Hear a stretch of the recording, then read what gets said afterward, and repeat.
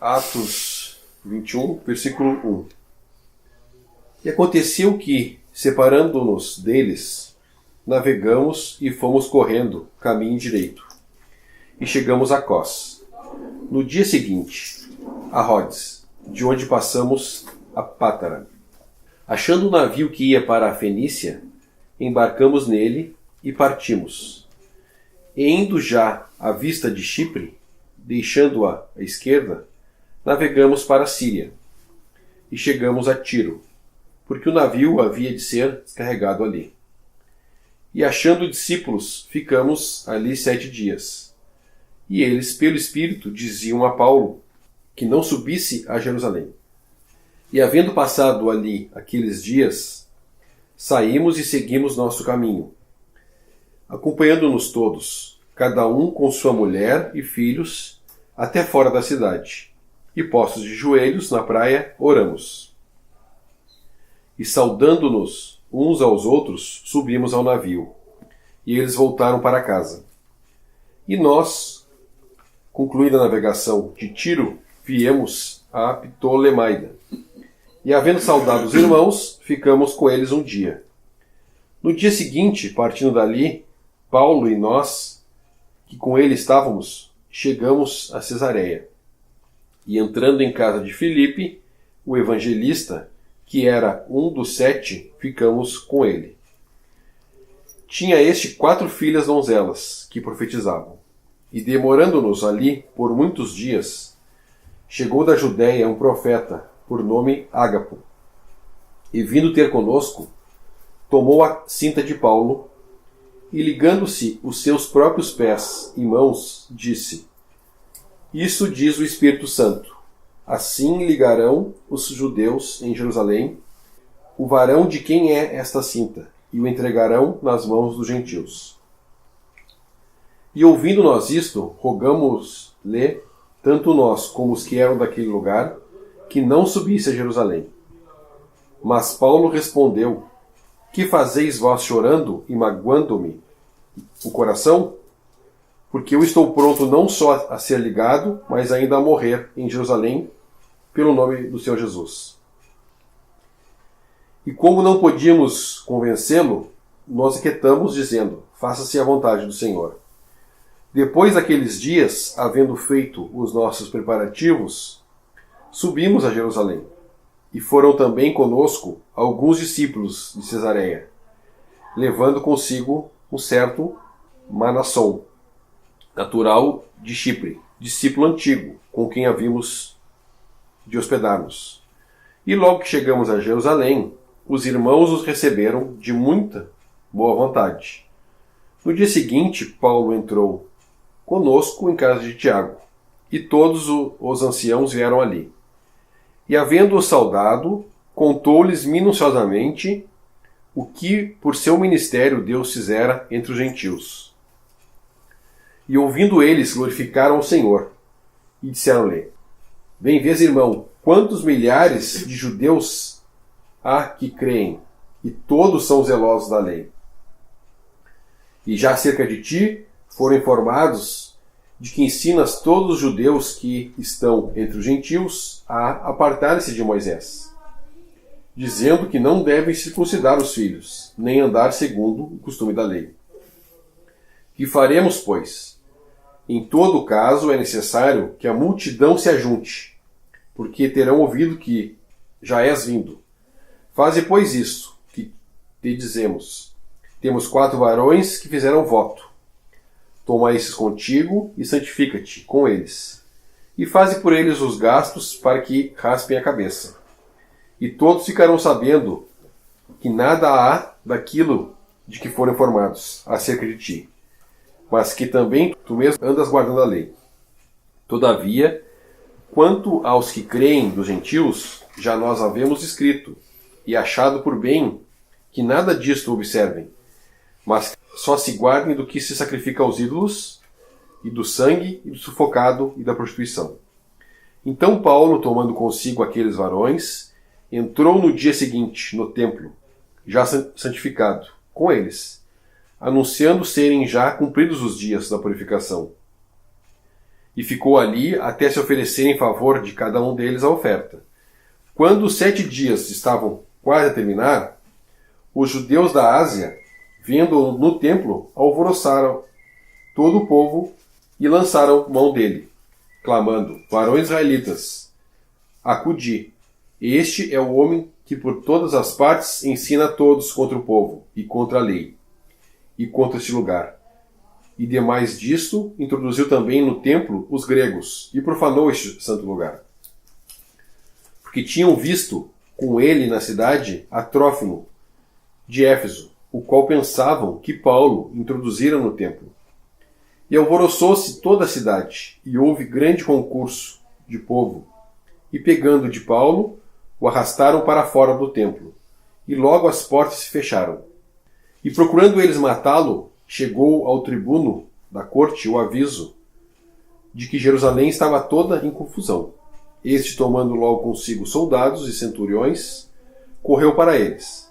E quando viram o tribuno e os soldados, cessaram de ferir a Paulo. Então, aproximando-se o tribuno, o prendeu, e o mandou atar com 2 cadeias. E lhe perguntou quem era e o que tinha feito. E na multidão, uns clamavam de uma maneira, outros de outra. Mas como nada podia saber ao certo, por causa do alvoroço, mandou conduzi-lo para a fortaleza. E sucedeu que, chegando às escadas, os soldados tiveram de lhe pegar por causa da violência da multidão. Porque a multidão do povo o seguia, clamando: mata-o. Quando iam introduzir Paulo na fortaleza, disse Paulo ao tribuno: és-me permitido dizer-te alguma coisa? E ele disse: sabes o grego? Não és tu, porventura, aquele egípcio que antes desses dias fez uma sedição e levou ao deserto 4.000 salteadores? Mas Paulo lhe disse: na verdade, eu sou um homem judeu, cidadão de Tarso, cidade não pouco célebre, da Sicília. Rogo-te, porém, que me permitas falar ao povo. E havendo-lhe permitido, Paulo, pondo-se em pé nas escadas, fez sinal com a mão ao povo, e, fito grande silêncio, falou-lhes em língua hebraica, dizendo: as Escrituras têm uma característica interessante. Elas mostram e revelam, as falhas dos servos de Deus. Aqui nós vamos ver Paulo indo contra a vontade do Espírito Santo, em função da sua própria vontade de ir a Jerusalém. Paulo foi avisado no versículo 11: e vindo ter conosco, tomou a cinta de Paulo, e ligando-se os seus próprios pés e mãos, disse: isto diz o Espírito Santo, assim ligarão os judeus em Jerusalém o varão de quem é esta cinta, e entregarão nas mãos dos gentios. E ouvindo nós isso, rogamos-lhes, tanto nós como os que eram daquele lugar, que não subisse a Jerusalém. E Paulo vai insistir na sua ida a Jerusalém. Então, desde Gênesis, nós vemos as falhas do homem, a palavra nos revela as falhas do homem, começando por Adão, criado por Deus, à imagem de Deus, colocado num lugar de privilégio, no jardim, caiu, e desde lá então, mesmo aqueles que são chamados por Deus, são servos de Deus, também têm suas falhas, e aí depois disso é uma sequência de falhas, que a palavra faz questão de nos mostrar, porque nessa dispensação o apóstolo Paulo foi o modelo, assim, o que mais se aproximou de Cristo no seu testemunho. Mas aqui nós vemos o irmão insistindo em fazer a sua vontade. Quando eu estava lendo a passagem, eu pensei em Pedro, quando o Senhor disse a Pedro, que todos abandonariam. Pedro, na sua própria força, fala que não, ele não abandonaria o Senhor. E aqui, apesar de Paulo estar sendo avisado pelo Espírito Santo a não ir a Jerusalém, ele vai insistir em fazer a sua vontade. Ele tinha os motivos dele, nós sabemos um pouco sobre os motivos de Paulo, amor ao povo judeu, mas ele estava fazendo a sua vontade. Ele fala que a resposta que ele dá aqui no versículo 13 Mas Paulo respondeu: que fazeis vós chorando e magoando-me o coração? Porque eu estou pronto não só a ser ligado, mas ainda a morrer em Jerusalém, pelo nome do Senhor Jesus. Paulo está falando isso com a energia dele própria. Como Pedro falou, ele vai ser exercitado nisso, que vai chegar ao ponto que ele vai ser pressionado, em Atos 25, versículo 11, se fiz algum agravo ou cometi alguma coisa digna de morte, não recuso a morrer. Mas se nada das coisas que estes me acusam, ninguém me pode entregar a eles. Apelo para César.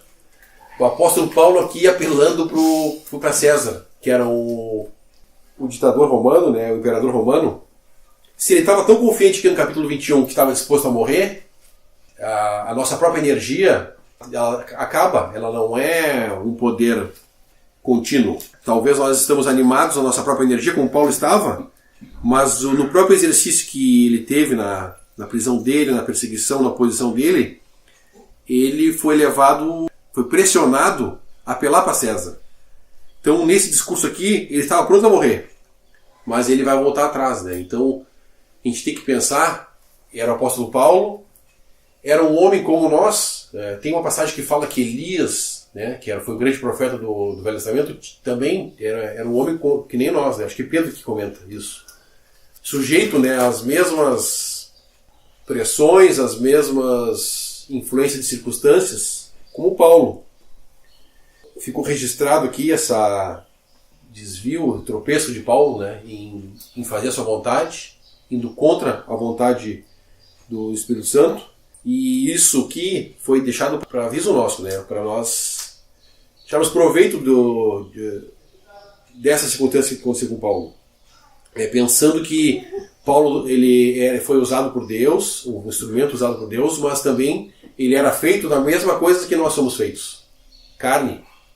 Ele tinha o Espírito Santo, o mesmo Espírito Santo que todos aqueles que creem têm, sim, mas a sua própria vontade foi de tropeço para ele. Tanto que o momento que ele chega em Jerusalém, dá tudo errado. Nós vamos poder ir avançando nesse capítulo. Dá tudo errado.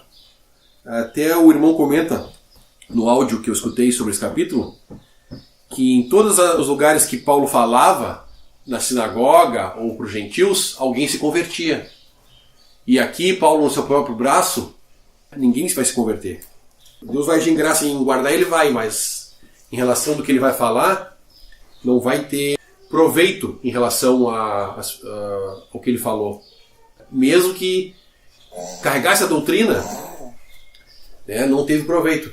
É interessante esse pensamento, né, que a verdade por si só, sem a direção de Deus, sem a dependência de Deus, sem a direção do Espírito Santo, ela é vazia em si mesmo, né? A verdade pela verdade. A gente volta, né, ao que Paulo orientou aos discípulos do capítulo 20, encomendando-os a Deus e a sua palavra. Deus plenamente. E a gente vê então que Paulo regredindo, né, mas entendendo, né, que Paulo era um homem, ele não era perfeito, né, só existe um que foi perfeito na sua vontade. A vontade dele era igual à do Pai, é o nosso Senhor Jesus, apenas ele, né? Tudo que ele fazia era a vontade de Deus. Então mostra que Paulo era um homem como qualquer um de nós, sujeito, né, aos mesmos deslizes, os mesmos tropeços. E aqui Paulo vai ser pego, né, pela sua própria vontade, né? Ainda que os seus interesses para os judeus, de ir buscar os judeus, né, por amor, fossem justificáveis aos nossos olhos, né? Mas a vontade de Deus não era que ele voltasse a Jerusalém. Versículo 14. E como não podíamos convencê-lo, nos aquietamos, dizendo: faça-se a vontade do Senhor. Não, os irmãos, usando o que próprio Paulo tinha ensinado. No capítulo passado, acho que foi no 19, ele fala que visitaria a cidade se o Senhor permitisse. Então, os irmãos não vão insistir com Paulo, se aquietaram, a palavra que fala que eles se aquietaram. Faça a vontade do Senhor. Então, Mesmo Paulo fazendo a sua vontade, Deus vai usar as circunstâncias para exercitar Paulo e os outros irmãos também que estavam em Jerusalém.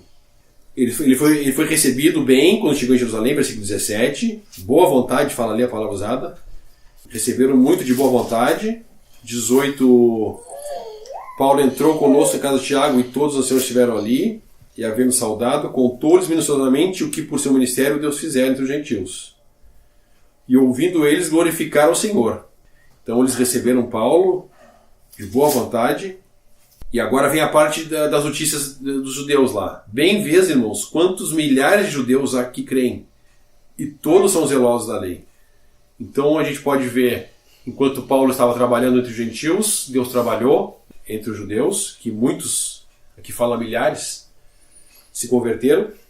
A palavra zelosos da lei, zelosos é que procura guardar, como Paulo foi zeloso enquanto perseguia a igreja. Judeus convertidos, zelosos à lei. Enraizados, né, no que eles já tinham, né, na religião que eles já tinham. 21. E acerca de ti foram informados que ensinas todos os judeus que estão entre os gentios a apartar-se de Moisés, dizendo que não deve circuncidar os filhos, nem andar segundo o costume da lei. Isso aqui não era verdade. Paulo pregava a Cristo, a Jesus.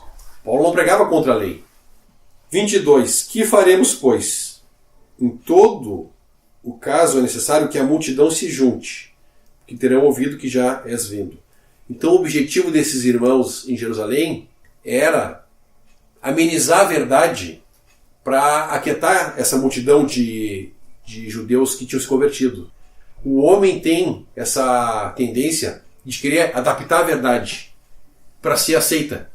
Mas se falar em juízo, se falar em condenação, isso é muito pesado, né? Vamos falar do amor.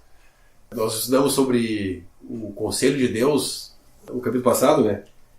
Tem a salvação, fala da salvação, o Evangelho da Graça fala, mas fala também da condenação para aqueles que não recebem. A verdade, ela é um pacote completo, né? A gente não pode pincelar a verdade só o que nos agrada, só o que não vai nos causar problema. A verdade, ela é em todo. Então, esses irmãos de Jerusalém queriam amenizar a verdade, dizer que não era, né? Que as coisas não estavam mudando, que ia seguir o judaísmo.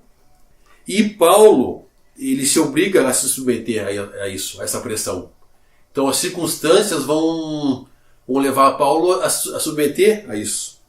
Faze, pois, isso que te dizemos. Temos 4 varões que fizeram voto. Então Paulo vai se submeter a fazer esse voto.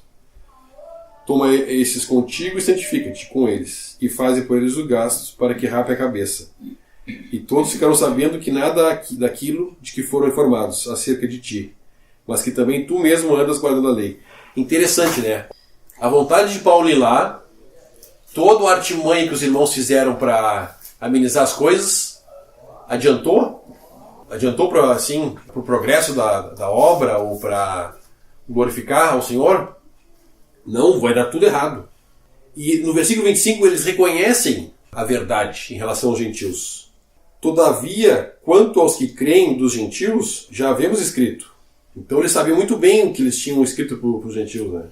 Achando que para o bem nada disso observem, mas que só guardem do que se sacrifica aos ídolos, do sangue e sufocado. Da posição. 26. Então Paulo, tomando consigo aqueles varões, entrou no dia seguinte no templo. Então Paulo se submete a essas coisas, né? No intuito, nós sabemos que o intuito de Paulo era ter oportunidade de falar. Ele volta às coisas que eram figuras, né? Sacrifício, ele fala sacrifício, a oferta, no 26, oferecer a favor de cada um deles a oferta. Então os sacrifícios, nós sabemos que eram tudo figuras, apontavam para Cristo. E Paulo vai ter que agora se submeter a essas coisas, né? Tudo foi um desvio lá atrás, né? Ele insistiu em fazer a sua vontade contra o Espírito Santo. Os irmãos de Jerusalém que queriam também amenizar a verdade em relação ao judaísmo. Vamos manter, né, as coisas para não perder esses milhares de judeus que se converteram. Né? Se nós disser para eles que essas coisas já passaram, que são figuras, quantos nós vamos perder? Nesse sentido, eu penso, né? Porque é citado aqui milhares de judeus convertidos. E agora, se realmente a conversão foi verdadeira, a verdade vai ser recebida, né, naturalmente. O Espírito Santo vai fazer a verdade, né, dessa nova expressão ser recebida. Que agora o judaísmo, né, não é mais a posição de privilégio. A posição de privilégio é do judeu, os que se convertem, dos gentios, né, uma posição no corpo de Cristo. Uma posição agora, fomos colocados pela obra de Cristo. Uma nova dispensação. Não tem como amenizar a verdade. A verdade ela é completa. Todas as consequências, né? Quem creu vai ser salvo e quem não creu vai ser condenado. Não tem como nós omitirmos a verdade. No caso deles aqui, a circuncisão, assunto que nós já falamos, isso eram figuras, né? Que ele fala lá dizendo que não deve circuncidar os filhos, nem andar segundo o costume da lei. Para a salvação, não. Seguir a lei não vai salvar mais ninguém. Então, Paulo vai sofrer todas as consequências, né, de insistir e ser teimoso, né, em fazer a sua própria vontade. Deixa eu fazer uma pausa só no pensamento que o irmão está tendo aqui, mas uma coisa importante para a gente prestar atenção nesse capítulo também são os versículos ali onde falam de Filipe e das suas filhas. Versículos 8 em diante. No dia seguinte, partindo dali, Paulo e nós que estávamos com ele, chegamos a Cesareia. E entrando em casa de Filipe, o evangelista, que era um dos 7, ficamos com ele. Tinha este 4 filhas donzelas que profetizavam. Demorando ali muitos dias, chegou a Judeia, um profeta por nome Ágabo. Esses 2 versículos aqui onde fala de Filipe, só não perdendo a linha que o irmão está falando, claro. Mas algo importante aqui para a igreja, o Filipe aqui ele está naquela lista lá de Atos 6, dos irmãos que foram levantados para cuidar dessas coisas. Quando crescia o povo, aí os irmãos estavam ocupados, e aí Filipe era um desses, que tinha sido destinado para cuidar dessas coisas. E aqui fala das suas filhas. É importante a gente pensar nelas, no sentido de que aqui já estava no tempo da igreja, né? Os irmãos já viam a dispensação da graça. É uma observação às mulheres, né? A sua posição na igreja. Aqui fala que elas profetizavam. Então vamos entender isso aqui. Elas profetizavam, até o irmão Mário Persona já escreveu sobre isso, que elas profetizavam no âmbito em que elas podiam. Elas não profetizavam, não falavam na igreja no sentido bíblico, vamos dizer assim. Elas falavam da palavra, até porque o Filipe, por ser evangelista, ele falava do evangelho. Então esse era, vamos dizer, o ministério dado a ele pelo Senhor, né? E ele usava dessa ferramenta que o Senhor proporcionou a ele, de evangelizar, de falar do evangelho. Com certeza suas filhas aprenderam com ele, de falar do evangelho e tudo mais. Assim como o Timóteo, né, aprendeu com a sua avó, como Timóteo aprendeu com sua avó. As filhas de Filipe aprenderam com Filipe, né? Alguém tem que ensinar. E aqui suas filhas, por aprenderem, também vendo o pai falar, com certeza era o que elas faziam, falavam do evangelho, profetizavam, que é o ato de proferir. E isso traz às irmãs hoje uma posição, sua posição em que a mulher não pode falar, diz lá em Coríntios lá que a mulher não pode falar, as mulheres estejam caladas na igreja. Mas isso não é uma observação porque as mulheres não possam falar do evangelho. Isso não é essa maneira. Lá está falando algo específico.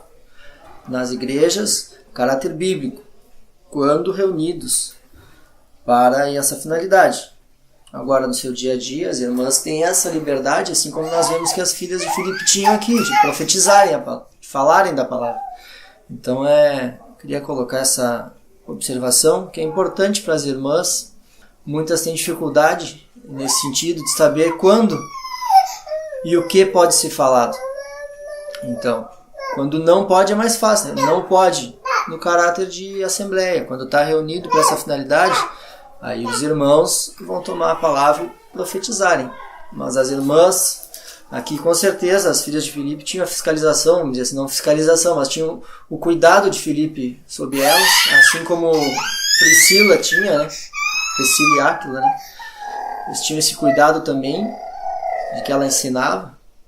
Então, para as irmãs fica essa passagem aqui, uma observação de que, assim como as filhas de Filipe, as irmãs também podem profetizar, falar do Evangelho, falar das coisas do Senhor em seu âmbito pessoal, vamos dizer assim, tá conversando com os amigos, conversando com a família, enfim, tá falando do Evangelho. Mas em caráter de assembleia, nas igrejas, caráter bíblico, não. Aí sim tem as observações, isso é um mandamento do Senhor, diz lá na frente, né? Em Coríntios, se a gente for olhar, não vamos passar lá agora. Mas fica essa observação, né? Que é importante a gente prestar atenção nesses detalhes, que a palavra vem nos revelando, que a mulher sim tem o seu espaço, tem inclusive a sua responsabilidade com as coisas do Senhor, digamos a sua obrigação referente a isso também, porque as irmãs, embora não falem nas igrejas, elas têm o seu lugar e a sua importância em relação ao julgamento e tudo que envolve as coisas do Senhor. As irmãs têm essa liberdade, com suas restrições na igreja, mas a sua liberdade de profetizar.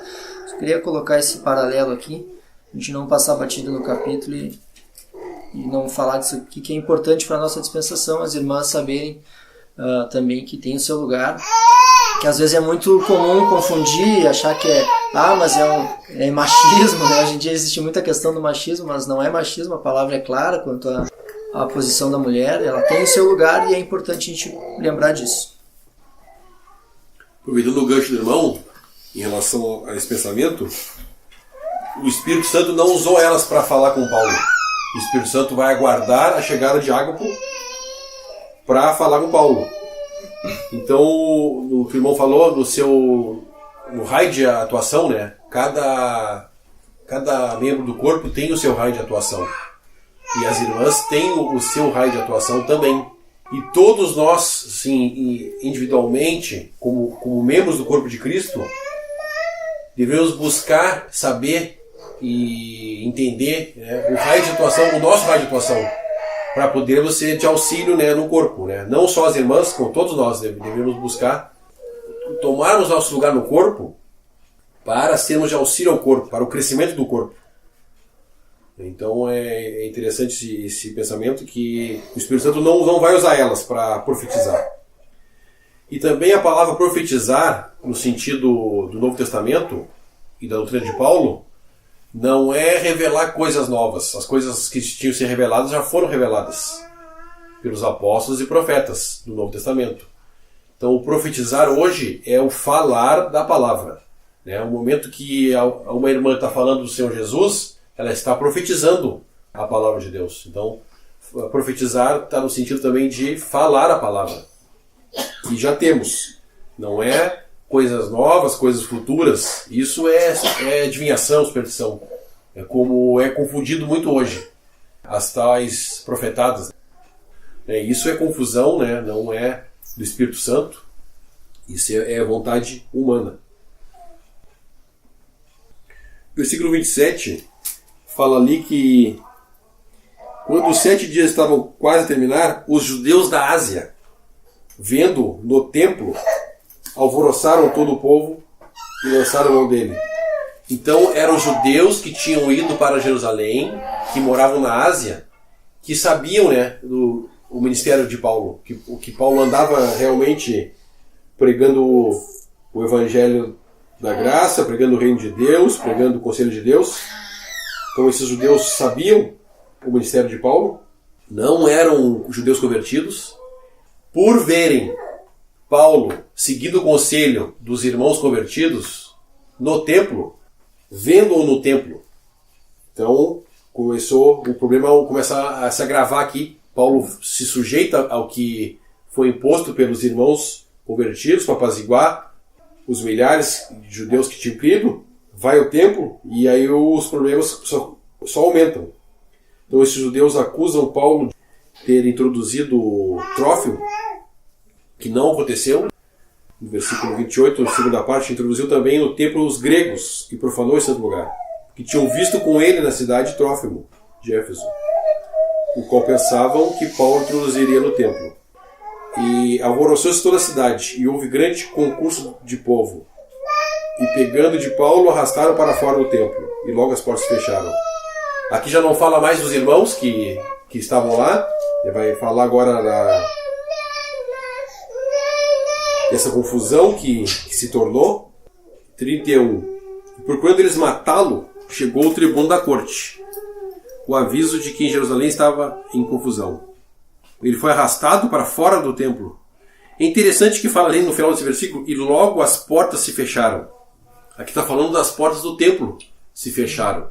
Pensando, né, em Paulo, ele não era batido no templo, voltado a edificar uma coisa que já tinha passado. Então Paulo, é interessante que fala que logo as portas do templo se fecharam. Essa ida de Paulo aqui a Jerusalém, ir no templo, como outras passagens do livro de Atos, elas são usadas hoje para justificar algumas coisas que são feitas, né, no testemunho cristão. E nós temos que pensar que no livro de Atos contém muito instrução para nós, sim, mas doutrinalmente a doutrina estão nas cartas, porque erradamente nós podemos, aqui, Paulo foi ao templo e querer justificar, mas entendendo, né, que foi uma decisão da própria vontade de Paulo, não era, né, a vontade de Deus que ele fosse. Então só vai gerar problemas a partir desde a chegada dele lá. O problema só foram se agravando. Então Paulo vai ser salvo pelos soldados e centuriões romanos, que não deixam a multidão matar ele. Ele foi ferido, porque fala que cessaram de ferir a Paulo, ele chegou a ser ferido por essa multidão, e foi preso pelo tribuno. Pensando um pouco nesse exercício de Paulo, e tentando, né, aplicar para nós, na nossa caminhada de fé, primeiramente, ele foi avisado várias vezes. Os irmãos do capítulo passado avisaram ele que não fosse. Ele mesmo relata que o Espírito Santo vinha avisando de cidade em cidade que esperavam prisões e tribulações. Quando nós fazemos a nossa própria vontade ou tropeçamos em alguma falta, não é por ingenuidade, não é sem querer. Deus vai sempre nos guardar, nos dar os avisos necessários, como ele fez para Paulo aqui. A verdade é que muitas vezes nós insistimos em fazer a nossa vontade. Não por inocência ou por não saber. Pelo contrário, né? A maioria das vezes nós insistimos em fazer a nossa vontade. Nós queremos, entre aspas, né, obrigar Deus que a nossa vontade seja aceita da forma que nós queremos fazer as coisas. Existem vários exemplos nas escrituras disso. Moisés, tentando, com o pensamento de resgatar o povo dele, ele vai lá e comete um assassinato. Ele mata um egípcio. Isso vai ter que ser tratado, ele vai ter que fugir para o deserto, fica 40 anos no deserto. Então existe vários exemplos disso. Abraão, quando Deus manda ele sair do povo dele, vai, né? E Abraão pega ainda, sai com o sobrinho, sai com o pai dele, ele para em Arã-Parã, ele desce ao Egito, né, quando as circunstâncias ficaram complicadas. Ele não espera a promessa também do filho, né? Ele vai se deitar com a egípcia, com a escrava, e isso vai resultar na vida dessas pessoas que nós temos os exemplos, né? Vai resultar dor, vai resultar problemas, vai resultar, né, dores que não seriam, né, o desejo de Deus. Até o irmão comenta que o caminho da saída do Egito até Jerusalém era 13 dias, se eles fossem em linha reta. Mas por teimosia, por ter feito o bezerro de ouro, por não querer ouvir o que Deus estava falando, eles caminham 40 anos na volta do templo. Então, Deus sempre vai tratar essas coisas conosco. E graças a Deus existe esse cuidado da parte de Deus. Por termos a verdade, não somos imunes aos problemas. A carne é o nosso inimigo também, a nossa própria vontade. Nós somos especialistas em dar desculpas para provar os nossos pensamentos, a nossa vontade. A gente consegue inventar desculpa para tudo. Na verdade, é mentindo para nós mesmos, né? Endossando a nossa vontade, até mesmo botando uma aparência de piedade, né, nas coisas que nós queremos fazer. É um exercício, né, que tem que ser constante. Sempre provar a nossa vontade. Perguntar se é mesmo a vontade do Senhor. Tem várias passagens que Deus faz referência a isso, né? Os meus pensamentos não são os vossos pensamentos. Nós podemos estar achando que é a vontade de Deus e não ser. Mas Paulo aqui ele foi avisado, Deus vai nos avisar, vai nos mostrar quando não é a vontade dele. Apesar de não sabermos fazer a vontade de Deus, quando não é, Deus vai nos avisar. Quando eles queriam passar para a Macedônia, né, eles foram impedidos pelo Espírito Santo. Paulo aceitou, né, aquilo ali, esperou a direção. E nós somos muito ansiosos, nós não gostamos de esperar. É outro exercício que nós temos, né, a falta de paciência. Lembrei de outra ocasião também, quando o rei Saul ia ser estabelecido como rei, o profeta manda ele esperar, não lembro, acho que foi 7 dias, espera para nós sacrificar. E a circunstância aperta, o povo invadindo, os filisteus invadindo, e os judeus indo embora, e ele se desespera, ele vai lá e sacrifica. Então ele não esperou a direção, e depois que ele sacrificou, chega o profeta, o que fizeste? Eu fiz como tu tinha feito. Não fizeste, né, não esperou. Então nós somos propensos a isso, a falta de paciência. E quando não temos a direção, é melhor nós ficarmos esperar do que fazer a nossa própria vontade, fazer o nosso braço. Porque vai gerar dor, vai gerar tristeza e não vai gerar glória para o Senhor. Como aqui não gerou, né? Essa ida de Paulo a Jerusalém, né, não gerou, né, conversões, não gerou. Pelo contrário, gerou tumulto, confusão e dor, né, a Paulo. Dor a Paulo. E pelo contrário, né, ele vai ser confundido no versículo 38 com um egípcio. 38, não és tu, porventura, aquele egípcio que antes desses dias fez uma sedição e levou ao deserto 4.000 soldadores? Aqui os soldados romanos confundindo Paulo, né, como algum que fosse baderneiro. O tiro sai pela culatra, né? Em vez de dar um testemunho, está dando um mau testemunho. Os soldados romanos vão achar que ele é esse egípcio fez uma sedição.